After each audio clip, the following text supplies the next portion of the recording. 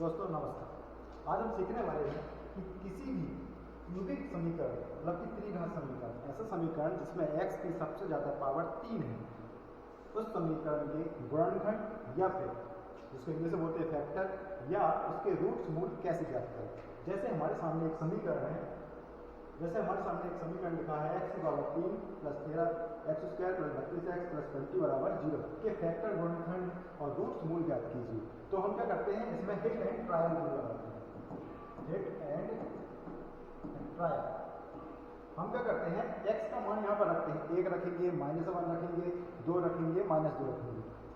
x का वो मान जिसमें इसको रखें समीकरण में तो 0 बराबर 0 आ जाए, तो हम उसको वहीं से हम क्या करेंगे, इसकी शुरुआत करेंगे। जैसे मैंने ये जो समीकरण दिया था हमको, इसमें मैंने x बराबर 1 रख के देखा, क्या 1 रखने पर ये 0 बराबर 0 बन रहा है?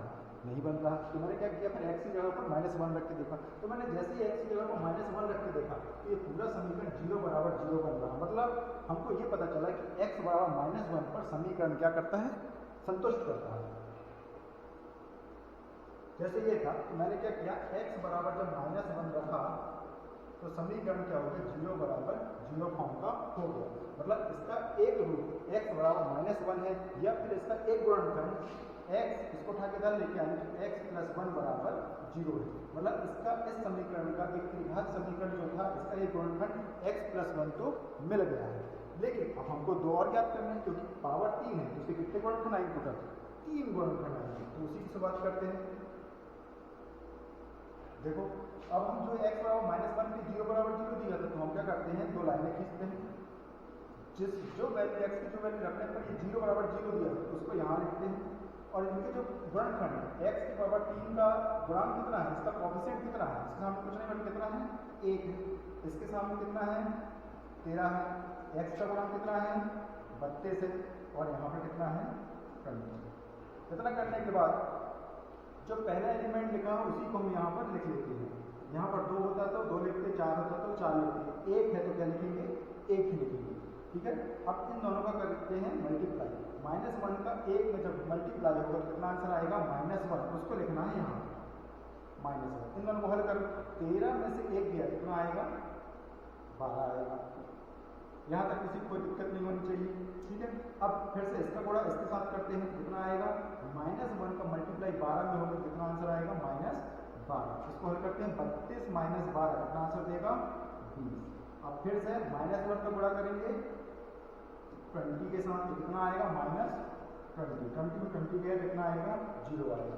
अब हमको क्या लिखना है, ये जो आए हैं इन्हीं को लिखना है, 1 12 20। इसके सामने अब x की पावर 3 थी तो एक कम पावर से बात करना है, x square plus x plus, अब x बचा ही नहीं, x स्क्वायर x इसी में चिपकाना था। तो ये आए हैं, इसमें x स्क्वायर, इसमें x, इसमें कुछ नहीं।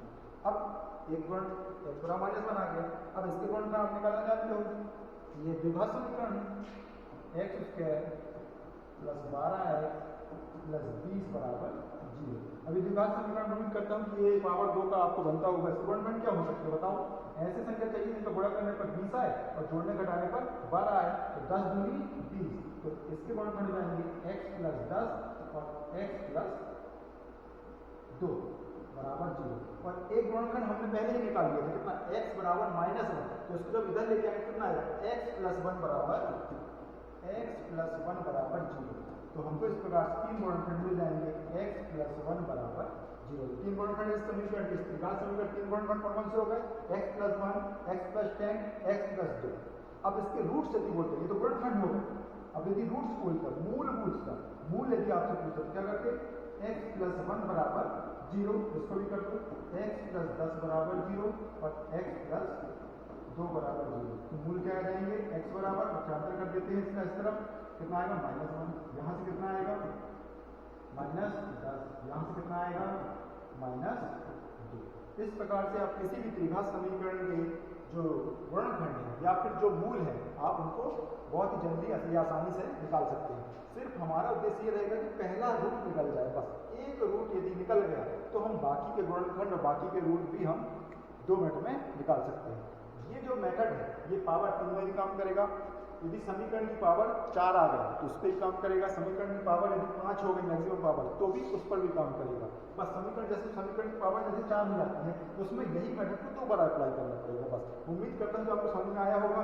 यदि समझ में आया होगा तो आप इस क्वेश्चन का आंसर जरूर देने की कोशिश करना। पहले आपको इसमें x बराबर 1 -1 2 -2 रख के देखना, जनरली इतने में ही आ जाता है ना, तो रख के देखना, जिसपे भी ये 0 बराबर 0 देगा वहीं से आपको करना शुरुआत करना है। ठीक है, उम्मीद करता हूँ समझ में आया होगा। समझ में आया होगा तो चैनल को सब्सक्राइब, लाइक एंड शेयर करना ना भूलें। धन्यवाद।